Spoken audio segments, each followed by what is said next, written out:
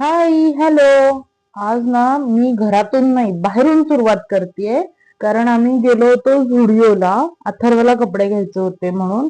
मग माझ्यासाठी पण मी काहीतरी थोडंफार बघत होते. एक ड्रेस तसा मला पसंत पडला, पण म्हणलं नको आता, नंतर बघूयात.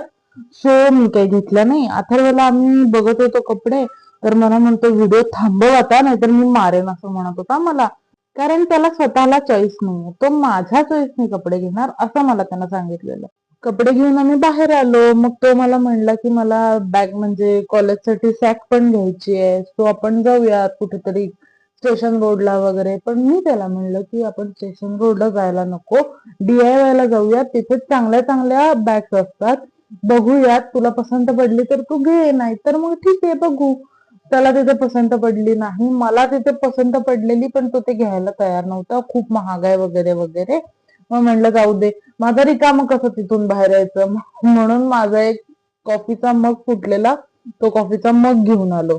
आणि मग तो मला दाखवत होता की बघ हे कसं दिसतंय, आईला फोटो पाठव वगैरे.